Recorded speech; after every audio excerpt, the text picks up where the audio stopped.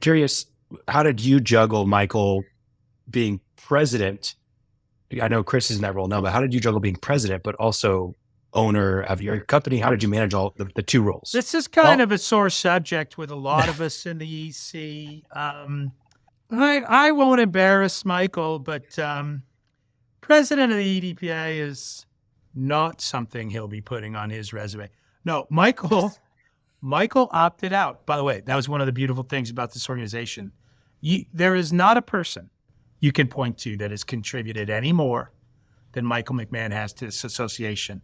But Michael, because he's involved in Habitat and other CEO groups, and he is fully in service to his employees and executive team, he just said, I have the option of opting out of being president. As a favor to me, he said, I'll stay on the EC 1 year of your 2-year term. And he's going to still remain for his full term on the board. But and by the way, that is a great thing for anybody considering board work. You should know there should be a beginning and an end, and you should know that going in. So, these open-ended services, I don't know that I would use the S word, but I did read the Emancipation Proclamation, and I know that slavery was abolished at some point.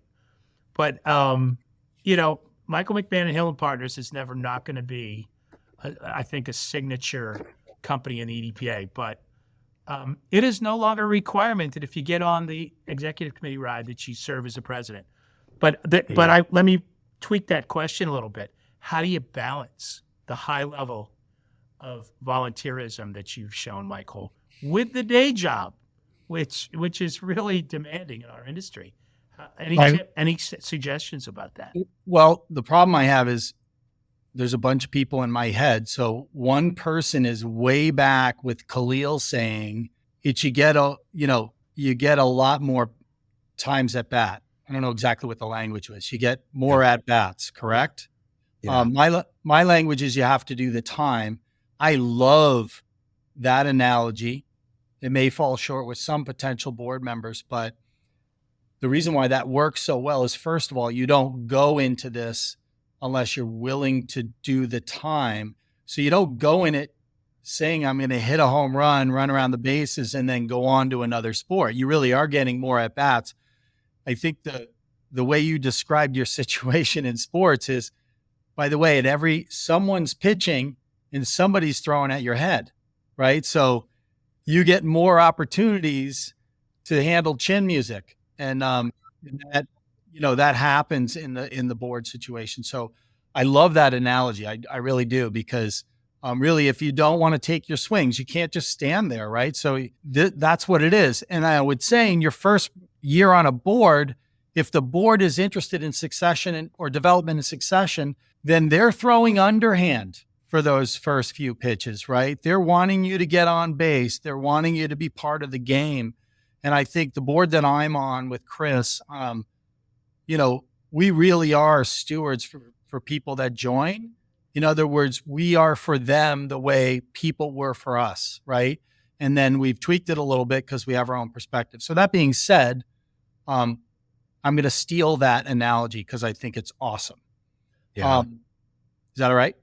Absolutely. Okay. Absolutely. The balancing thing, I think this is, I thought a lot about this, is there's no way that I could have been a strong contributor to this association board 15 years ago, because my head was down. As far as I was concerned, my company would not survive without me. There's some people on their deathbed, their company still won't survive without me. Right now, I could leave and no one would notice me gone. So that's a great thing. I get to be on a board and I get to actually do more than I anticipated because I have the space, right? So there's always the balance.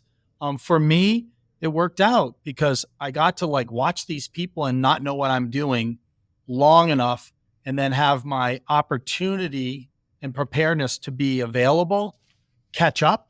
And then suddenly I'm in this sweet spot where, I'm flying somewhere on behalf of the EDPA. And Chris has done it a lot.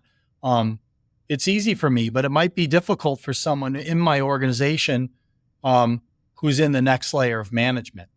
Michael, So, can I ask? So, because I want to be conscious of our time. I know we're not going to get to everything.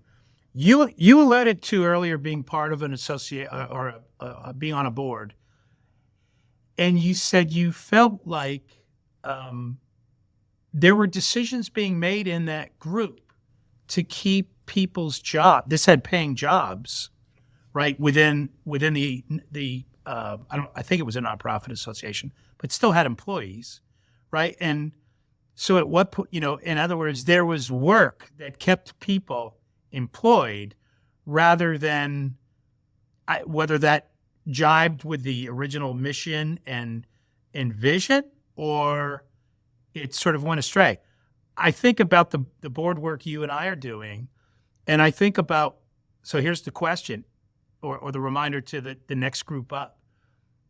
When do you form a committee for something? When do you form a subcommittee? How do you keep from just doing work for the sake of work to make everybody feel included?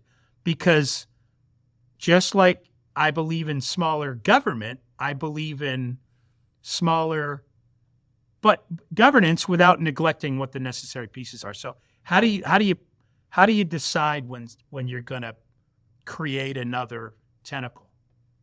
yeah, it's interesting. Well, so part of board work is, governance, finance, membership, sponsorships, all those sort of things that happen. But I think if you get into the initiative game, which is what we're in, there's a point at which you have an idea how you can make a difference for the community that you represent.